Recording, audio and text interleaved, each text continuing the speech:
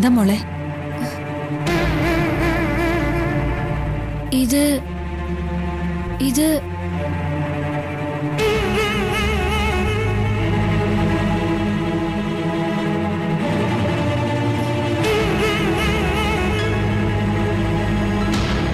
ആരാ ഇതുണ്ടാക്കിയത്? അത് കൊള്ളാം. ഇതൊക്കെ മോള് തന്നെയല്ലേ വച്ചുണ്ടാക്കിയത്? അല്ല, ഞാനല്ല ഇതൊന്നും ഉണ്ടാക്കിയത്.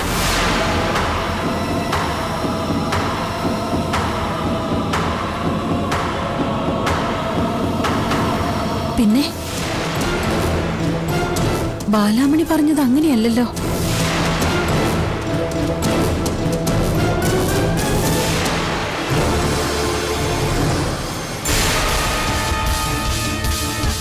എന്തിനാ ചേച്ചി കള്ളം പറഞ്ഞത്? ഈ ആഹാരം ഉണ്ടാക്കിയത് ആരാണെന്ന് എനിക്കറിയാം. അതുകൊണ്ടാ എന്റെ കണ്ണ് നിറഞ്ഞത്.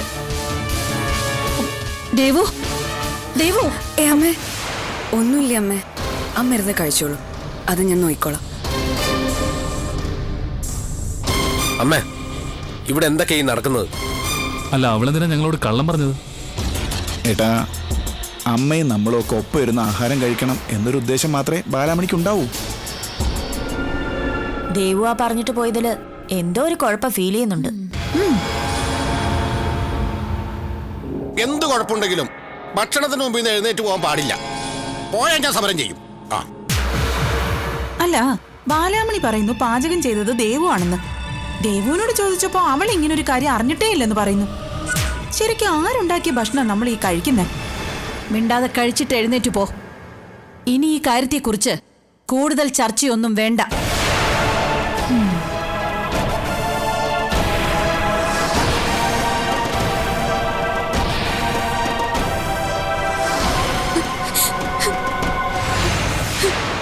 അയ്യോ, എന്താ മോളെ, എന്തിനാ നീ ഇങ്ങനെ കരയുന്നേ? സത്യം പറ ചേച്ചി, എന്റെ അമ്മ ഇപ്പൊ എവിടെയുണ്ട്? ദേവു, നീ എന്തൊക്കെയാ മോളെ വിളിച്ചു പറയുന്നേ? എന്റെ അമ്മ എവിടെയുണ്ടെന്ന് ചേച്ചിക്ക് അറിയാം.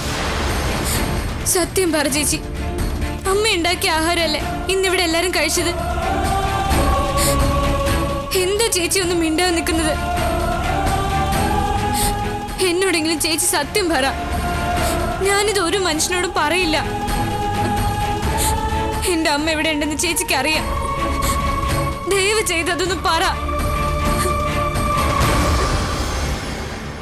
ഞാൻ ഇത്രയൊക്കെ കേണപേക്ഷിച്ചിട്ടും ചേച്ചിയുടെ മനസ്സ് അലിയുന്നില്ലേ? സത്യം എന്താണെന്നൊന്ന് പറ. മറ്റാരും അറിയാതെ ഞാൻ ഈ രഹസ്യം സൂക്ഷിച്ചോളാം. ഇത് ദേവുവിന്റെ വാക്കാ. മോളെ, എനിക്കറിയാത്തൊരു കാര്യത്തെക്കുറിച്ച് ഞാൻ എങ്ങനെയാ മോൾക്ക് പറഞ്ഞു തരാം? മോളെന്നെ വിശ്വസിക്കേ. മോളുടെ അമ്മ എവിടെയെന്ന് എനിക്ക് അറിയില്ല. പിന്നെ എന്റെ അമ്മ ഉണ്ടാക്കുന്ന അതേ രുചി ഞാൻ ഇവിടെ നിന്ന് കഴിച്ച ആഹാരത്തിന് വന്നത് എങ്ങനെയാ? അതിന്റെ കാര്യം എന്താന്ന് എനിക്ക് അറിയില്ല മോളെ. ഞാൻ എനിക്ക് തോന്നിയതുപോലെ എന്തൊക്കെയോ ഉണ്ടാക്കി. അപ്പോഴൊക്കെ മോളും മോളുടെ അമ്മയും തന്നെയായിരുന്നു എൻ്റെ മനസ്സിൽ. ചിലപ്പോ അതുകൊണ്ടായിരിക്കാം ഞാൻ പോലും അറിയാതെ കൂട്ടുകൾ മാറിയതും നിനക്ക് പരിചയമുള്ള ഒരു രുചി തോന്നിയതും. ഇതാ മോളെ സത്യം. അല്ലാതെ നിന്റെ അമ്മ എവിടെയെന്ന് എനിക്ക് അറിയില്ല.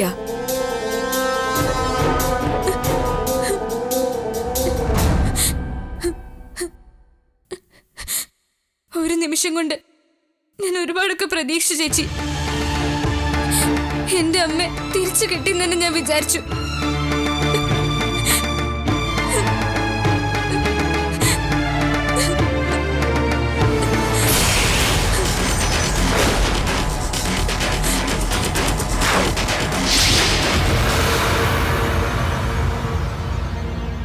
കവിത, ദേവുവിന് അങ്ങനെ ഒരു സംശയം തോന്നിയെന്ന് വെച്ച് അതെങ്ങനെ ഉറപ്പിക്കുക? എന്റെ പൊന്നനന്തു, അത് വെറും ഒരു സംശയം മാത്രമല്ല. നമ്മുടെയൊക്കെ ചോദ്യങ്ങൾക്കുള്ള ഉത്തരം ദേവുവിന്റെ ആ സംശയത്തിൽ തന്നെ ഒളിഞ്ഞു കിടപ്പുണ്ട്. സൂക്ഷിച്ചു നോക്കിയാ നമുക്കത് കാണാം. അല്ല, നീ എന്താ ഈ പറഞ്ഞു വരുന്നത്? എനിക്ക് ക്ലിയർ ആവുന്നില്ല. ദേവു എന്തുകൊണ്ടാ ആഹാരം കഴിക്കാതെ അവിടെ നിന്ന് എണീറ്റ് പോയത്? അല്ല, അത് പിന്നെ ലീലാമ്മയെ കുറിച്ച് ഓർമ്മ വന്നതുകൊണ്ട്. അതായത് ലീലാമ്മ ഉണ്ടാക്കുന്ന ഫുഡിന്റെ അതേ ടേസ്റ്റ് തന്നെ അവൾക്ക് ഫീൽ ചെയ്തു. ആ അത് ശരിയാ. എന്നാ അങ്ങനെ ഒരിക്കലും സംഭവിക്കില്ല. നീ എന്തായി പറഞ്ഞു വരുന്നത്? സംഭവിക്കില്ല എന്ന് വെച്ചാ? ഇന്ന് ദേവും നമ്മളൊക്കെ കഴിച്ചത് ബാലാമണി ഉണ്ടാക്കിയതല്ല എന്നാണ് എന്റെ സംശയം. പിന്നെ അത് ആരുണ്ടാക്കാനാ? ലീലാമ്മ തന്നെ. ലീലാമ്മേ? അതെ, ലീലാമ്മ എവിടെ ഉണ്ടെന്ന് ബാലാമണിക്കറിയാം. എന്താ അനന്തുവിന് വിശ്വാസം വരുന്നില്ല അല്ലേ? എങ്കിൽ അതാ സത്യം. നീ പറയുന്നത് എനിക്ക് വിശ്വസിക്കാൻ പറ്റുന്നില്ല. എങ്കിൽ ഞാൻ തെളിയിച്ചു തന്നാലോ? പകരം എനിക്ക് എന്ത് തരും? നീ ചോദിക്കുന്ന എന്തും തരാം.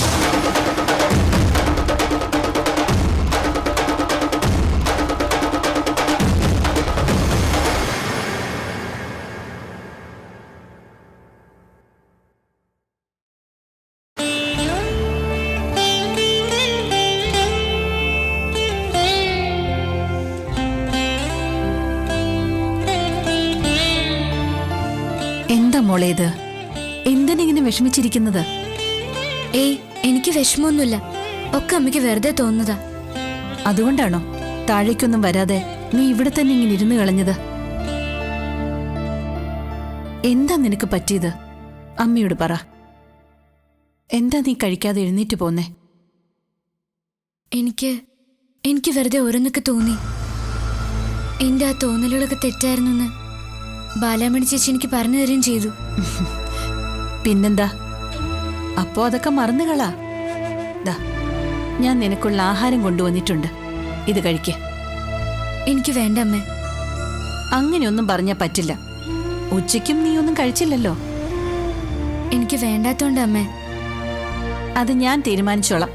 ദാ കഴിക്ക്. ഞാൻ വാരിത്തന്നാ നീ കഴിക്കോ? എന്താ നീ ഇങ്ങനെ നോക്കുന്നത്? എന്റെ മക്കൾക്ക് ഞാൻ ഭക്ഷണം വാരിക്കൊടുക്കും ഇപ്പോഴും. അവരത് കഴിക്കുകയും ചെയ്യും. നിന്റെ ഏട്ടന്മാരുടെ കാര്യ ഞാൻ പറഞ്ഞത്. പിന്നെ നിനക്കെന്തിനാ ഈ നാണക്കേട്? അതുകൊണ്ട് അങ്ങനത്തെ ഒരു ചിന്തയും വേണ്ട. നിന്റെ അമ്മ തരുന്നതാണ് എന്ന് തന്നെ വിചാരിച്ച് നീ ഇതങ്ങോട്ട് കഴിക്കും.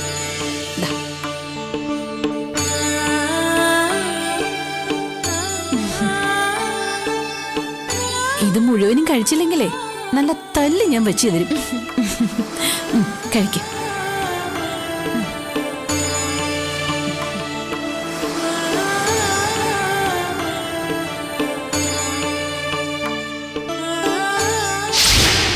ഒന്ന് നിന്നേ.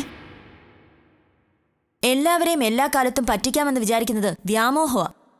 അതൊന്ന് മനസ്സിലാക്കിയാ കൊള്ളാം. ഞാൻ ആരെയും പറ്റിക്കാനൊന്നും നോക്കിയിട്ടില്ല. നീ ഈ അഴകത്തുള്ളവരെയെല്ലാം പറഞ്ഞു പറ്റിച്ചുകൊണ്ടിരിക്കുക. നിന്റെ ഭ്രാന്തുകൾക്ക് മറുപടി പറയേണ്ട ആവശ്യം എനിക്കില്ല. ഇത് ഭ്രാന്തല്ല, സത്യോ. ലീലാമ്മ എവിടെ ഉണ്ടെന്ന് നിനക്കറിയാം. അഴകത്തുകാരൻ നക്ഷത്രക്കാൽ എണ്ണിക്കാൻ ലീലാമ്മയെ ഒളിപ്പിച്ചു വച്ചിരിക്കുന്നത് നീ തന്നെ. നിനക്കങ്ങനെ പലതും തോന്നും. ആ തോന്നലുകൾക്കൊക്കെ ഉത്തരം തരേണ്ടത് എന്റെ ജോലിയല്ല. കൃത്യമായ തെളിവ് കയ്യിൽ വച്ചിട്ട് തന്നെയാ ഞാൻ നിന്നോട് സംസാരിക്കുന്നത്. ഞാനാണത് ചെയ്തത് എന്നുള്ളതിന് എന്ത് തെളിവാ നിന്റെ കയ്യിലുള്ളത്? അത് നീ അറിയേണ്ട കാര്യമില്ലല്ലോ. നിന്റെ കയ്യിൽ അത്രയും ശക്തമായ തെളിവുകൾ ഉണ്ടെങ്കിൽ ഞാനാണ് അവരെ ഒളിപ്പിച്ചിരിക്കുന്നതെന്ന് പറഞ്ഞു നടക്കാതെ നീ അവരെ രക്ഷിച്ച് അഴകത്തേക്ക് കൊണ്ടുപോവാ. എന്നിട്ട് ബാലാമണിയാണ് ഇത്രയും കാലം തന്നെ ഒളിപ്പിച്ച് നിർത്തിയിരുന്നതെന്ന് ലീലാമ്മയെ കൊണ്ട് പറയിക്ക്. എങ്കിൽ ഞാൻ നിന്നെ സമ്മതിച്ചു തരാം. എന്താ കവിത? ഞാൻ ഈ ചലഞ്ച് ഏറ്റെടുക്കുക. എത്ര കഷ്ടപ്പെട്ടിട്ടാണെങ്കിലും ലീലാമ്മയെ ഒളിപ്പിച്ച് വച്ചിരിക്കുന്നിടത്തൊന്നും ഞാൻ അവരെ കണ്ടെത്തും. എന്നിട്ട് അവരെ നിന്റെ മുമ്പിൽ കൊണ്ടുവന്ന് നിർത്തുകയും ചെയ്യും. ഇനി അതൊന്നു മാത്രമാ ഈ കവിതയുടെ ലക്ഷ്യം.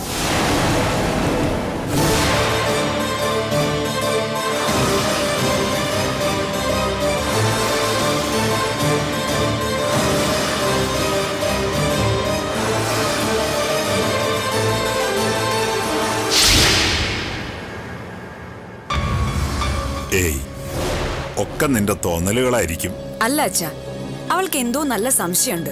അല്ലെങ്കിൽ അവൾ എന്നെ വെല്ലുവിളിക്കില്ലല്ലോ. ലീലാമ്മയുടെ കാര്യം അവൾ എങ്ങനെ അറിയാനാ? അതിനുള്ള ഒരു സാധ്യത ഉണ്ടാവണ്ടേ? ദേവു ലീലാമ്മയുടെ കാര്യം പറഞ്ഞതു മുതൽ അവൾക്ക് സംശയമുണ്ട്. വാ പോയൊരു കോടാലി, അതാ കവിത. അത് പറയുന്നൊന്നും നീ ശ്രദ്ധിക്കണ്ടെന്ന എന്റെ അഭിപ്രായം.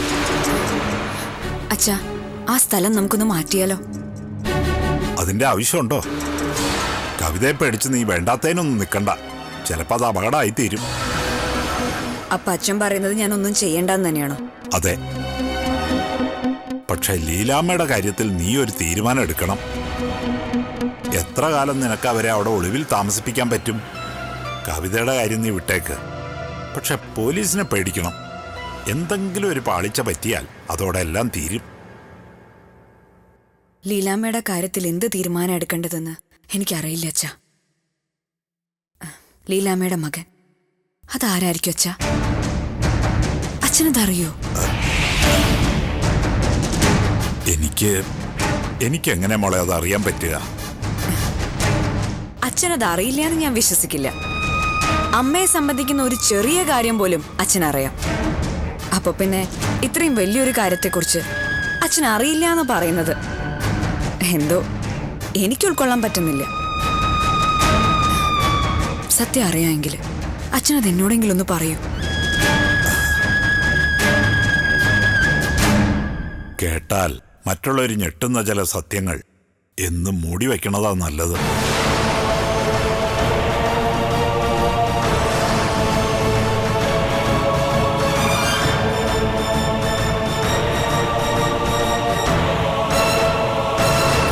അതെ, ഞാൻ പറഞ്ഞ കാര്യം കടമായിട്ട് 2000 രൂപ. അതും തനിക്ക്. അതെ. താൻ ആ പൈസ തിരിച്ചു തരുമെന്ന് എന്താ ഉറപ്പ്? അല്ല, എനിക്ക് കടമായിട്ട് തരണ്ട. ആ, ഈ പൈസ കളഞ്ഞു പോയി എന്ന് വിചാരിച്ചതാ. അപ്പൊ പിന്നെ ടെൻഷനില്ലല്ലോ. എന്റെ കയ്യിൽ പൈസയൊന്നുമില്ല. താൻ പോയേ. എന്ന് പറഞ്ഞ അങ്ങനെ? ഞാനിപ്പോ നിങ്ങളൊക്കെ കണ്ടിട്ടല്ലേ ഇവിടെ ജീവിക്കണത്. അപ്പൊ പിന്നെ നിങ്ങളൊക്കെ ഇങ്ങനെ കൈമലർത്തി അങ്ങനെ ഒന്ന് പറഞ്ഞു മനസ്സിലാക്കി കൊടുക്കുവങ്ങളെ. ഓ, എന്തെങ്കിലും കൊടുത്തൊന്ന് ഒഴിവാക്ക്. പെങ്ങളും കൂടി പറഞ്ഞ സ്ഥിതിക്ക് വേഗം ആ 2000 രൂപ തന്ന് ഈ നശിച്ചവനായിട്ട് ഒഴിവാക്കിയത്. അപ്പൊ പിന്നെ നിങ്ങൾക്ക് സ്വസ്ഥത കിട്ടൂലോ. പാവങ്ങള് കൊടുത്തു വിട അരവിന്ദേട്ടാ.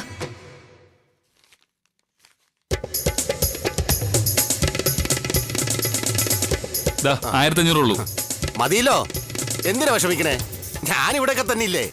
500 രൂപ നിങ്ങൾക്ക് എപ്പോ വേണമെങ്കിലും എനിക്ക് തരാം. ഞാൻ വൈകിട്ട് വരാം. ഇനി വരണ്ട. ദാ പിടിച്ചോ. അപ്പൊ ശരി, വൈകിട്ട് കാണാം. കാണാം. എത്ര ഫാസ്റ്റ് ആയിട്ടാ കാര്യങ്ങൾ പോണേ. അതിവേഗം ബഹുദൂരം. ഇയാളെ കൊണ്ട് വലിയ ശല്യമല്ലോ. വിഷമിച്ചിരുന്നിട്ടൊന്നും ഒരു കാര്യമില്ല. ഈ ടോർച്ചറിങ് നമ്മൾ എത്ര കാലം സഹിക്കും? സഹിച്ചല്ലേ പറ്റൂ. ഇത്രയും നാളും നമ്മൾ ക്ഷമിച്ചില്ലേ? ഇനിയും ക്ഷമിച്ചും സഹിച്ചും നമ്മൾ ഇവിടെ കഴിഞ്ഞുകൂടിയ അധികം താമസിയാതെ നമ്മളെ അഴകത്തുനിന്ന് പുറത്താക്കും. അതുകൊണ്ട് നമുക്ക് അമ്മയെ ഒന്ന് കാണാം. അമ്മയെ കണ്ടിട്ട് എന്തിനാ? നമ്മൾ ഇന്ന് അനുഭവിച്ചുകൊണ്ടിരിക്കുന്ന പ്രശ്നങ്ങൾക്കൊക്കെ ഒരു ശാശ്വത പരിഹാരം കണ്ടെത്താൻ ഒരു വഴിയുണ്ട്. അമ്മ ഇതേവരെ അതിനെക്കുറിച്ച് ഓർത്തിട്ടില്ല. നമുക്കതൊന്ന് ഓർമ്മിപ്പിക്കാം. അതെന്താ അങ്ങനൊരു വഴി? അതൊക്കെ ഉണ്ട്.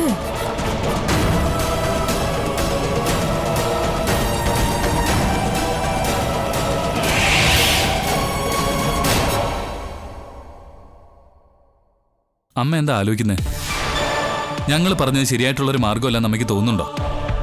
അങ്ങനെ ഒരു തോന്നലുണ്ടെങ്കിൽ നമുക്ക് ഈ ആലോചന ഇവിടെ വെച്ച് കളയാം. അതിന്റെ ആവശ്യം എന്താ ഉള്ളത്? ഇതിനേക്കാളും വലിയ പല പ്രശ്നങ്ങളും ഇതിനു മുമ്പും അഴകത്തുണ്ടായിട്ടുണ്ടല്ലോ. അന്നൊക്കെ ഈ ഒരു മാർഗം ഉപയോഗിച്ചല്ലേ നമ്മൾ പരിഹാരം കണ്ടെത്തിയിട്ടുള്ളത്. അത് ശരിയാമ്മേ. ഏറ്റവും ഒടുവിൽ അഴകത്ത് നിന്ന് നഷ്ടപ്പെട്ട നിധിയെക്കുറിച്ച് 10 ദിവസത്തിനുള്ളിൽ നമുക്ക് അറിവ് കിട്ടുമെന്ന് പ്രവചിച്ചിട്ട് അങ്ങനെ തന്നെ സംഭവിച്ചില്ലേ? അതുകൊണ്ട് ജോത്സ്യനെ വരുത്തിച്ച് നമുക്ക് നോക്കാമേ. ഞാൻ ആ കാര്യം ഇതുവരെ ആലോചിക്കാതിരുന്നതാ. ചിലപ്പോ ഭഗവാനായിട്ട് നിങ്ങളിലൂടെ അത് ഓർമ്മിപ്പിച്ചതാവും. അങ്ങനെയാണെങ്കിൽ വെച്ച് താമസിപ്പിക്കാതെ നാളെ തന്നെ പ്രശ്നം നോക്കിയാലോ? അതെ, അത് തന്നെ ഞാനും ആലോചിക്കുന്നത്. ലീലാമ്മയെ കണ്ടെത്താൻ പോലീസിനെ കൊണ്ട് കഴിയുമെന്ന പ്രതീക്ഷയൊക്കെ എനിക്ക് നഷ്ടപ്പെട്ടു.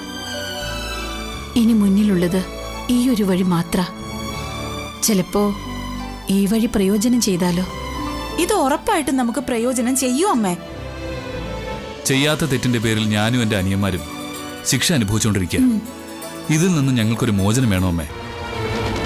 ലീലാമ്മയെ തട്ടിക്കൊണ്ടുപോയി ഒളിപ്പിച്ചു വെച്ച് ഞങ്ങളെയൊക്കെ ഇങ്ങനെ കൊല്ലാക്കൊല ചെയ്യുന്ന ആരാണെന്ന് ഞങ്ങൾക്കറിയണം.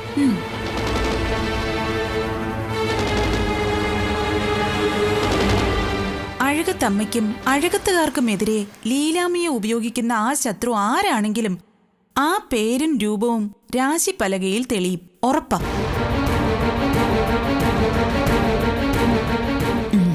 നാളെ തന്നെ ജോത്സ്യനെ വിളിപ്പിക്കാം. അത് കഴിഞ്ഞേ ഉള്ളൂ. ഇനി മറ്റെന്തും.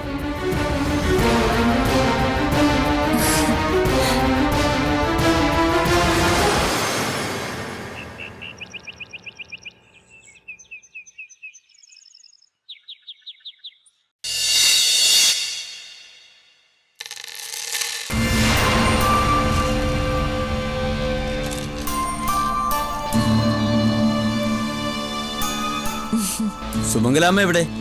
അമ്മ ഇപ്പൊ എത്തും. അതിനു മുമ്പ് എന്റെ ചില സംശയങ്ങൾ തിരുമേനി ഒന്ന് തീർത്തു തരണം. ഇയാൾക്ക് എന്താ അറിയാനുള്ളത്? അഴകത്തെ നഷ്ടപ്പെട്ട നിധി കണ്ടെത്തിയതുപോലെ ലീലാമ്മയും കണ്ടെത്താൻ ഈ രാശിപ്പലയ്ക്ക് കഴിയോ? ലീലാമ്മയോ? ആ അതെ. അഴകത്തമ്മ ഇപ്പൊ ഏറ്റവും കൂടുതൽ സങ്കടം അനുഭവിക്കുന്നത് അവരെ ഓർത്താ. അവര് തിരിച്ചു വന്നെങ്കിലേ അഴകത്തെ പ്രശ്നങ്ങൾ തീരൂ. അവരെവിടെ ഉണ്ടെന്നും ആരാ അവരെ ഒളിപ്പിച്ചു വെച്ചിരിക്കുന്നതെന്നും തിരുമേനി രാശി നോക്കി ഒന്ന് പ്രശ്നം വെക്കുമ്പോ പ്രശ്നത്തിൽ തെളിയുന്നത് എന്താണോ അത് ഞാൻ പറയാം. ലീലാമ്മയുടെ കാര്യം പ്രശ്നത്തിൽ തെളിയും. ഇനി അഥവാ തെളിഞ്ഞില്ലെങ്കിൽ അമ്മയെ സന്തോഷിപ്പിക്കാനുള്ള ഒരു എളുപ്പ വഴി കൂടി ഞാൻ പറഞ്ഞു തരാം. എളുപ്പ വഴിയോ? ആ അതെ.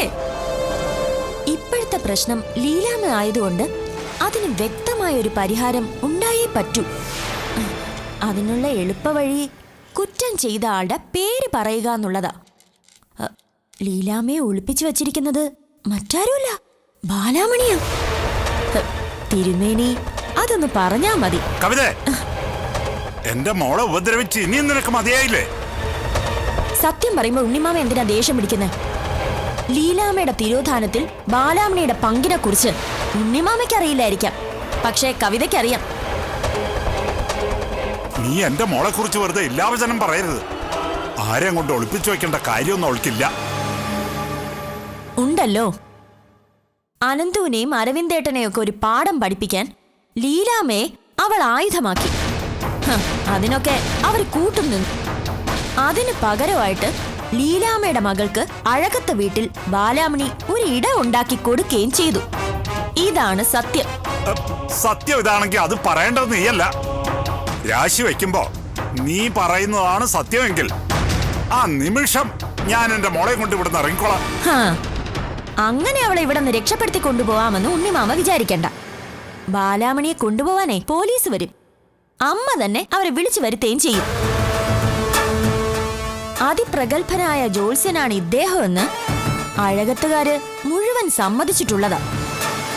ഇന്ന് ഈ രാശിപ്പലക വച്ച് ഇദ്ദേഹം ബാലാമണിയുടെ വിധി എഴുതും. അല്ലെങ്കിൽ ഉണ്ണിമാമ കണ്ടോ?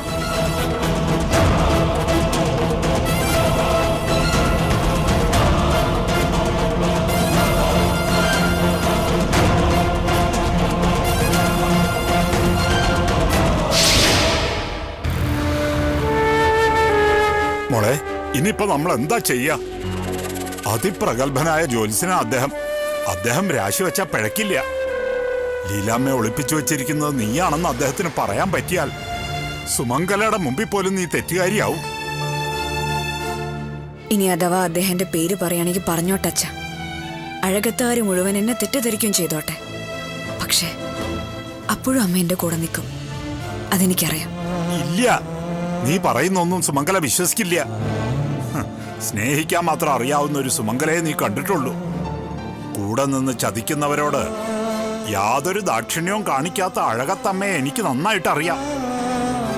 സത്യം അറിഞ്ഞു കഴിയുമ്പോ, ലീലാമ്മയുടെ തിരോധാനത്തിൽ നിന്റെ പങ്ക് വ്യക്തമായി കഴിയുമ്പോ പിന്നൊരിക്കലും അവള് നിന്റെ മുഖത്ത് പോലും നോക്കില്ല. ഇല്ല അച്ഛ, ഒരിക്കലും എന്റെ അമ്മ എന്നോട് അങ്ങനെ ഒരു പ്രവൃത്തി കാണിക്കില്ല. മോളെ, നീ ഇപ്പൊ വല്ലാത്തൊരവസ്ഥയിലാ. ഒന്നും സംഭവിക്കില്ല എന്ന് വിചാരിച്ച് സമാധാനമായിട്ട് ഇരിക്കല്ല ഇപ്പൊ വേണ്ടത്. വരാൻ പോകുന്ന അപകടത്തെ തരണം ചെയ്യാനുള്ള മാർഗം കണ്ടെത്തുക വേണ്ടത്. ഞാൻ എന്ത് ചെയ്യണമെന്ന് അച്ഛൻ പറയുന്നത്? ഇനി കൂടുതലൊന്നും ആലോചിക്കാതെ എല്ലാ സത്യങ്ങളും ഇപ്പൊ തന്നെ നീ സുമംഗലയെ അറിയിക്കണം. നീ എന്തിനു വേണ്ടിയാ ഇതൊക്കെ ചെയ്തതെന്ന് അവളെ പറഞ്ഞു ബോധ്യപ്പെടുത്തണം. നിന്റെ പ്രവൃത്തികൾ കൊണ്ട് അവൾ അനുഭവിച്ച മനോവേദനയ്ക്ക് കാല് പിടിച്ച് മോള് മാപ്പ് പറയണം.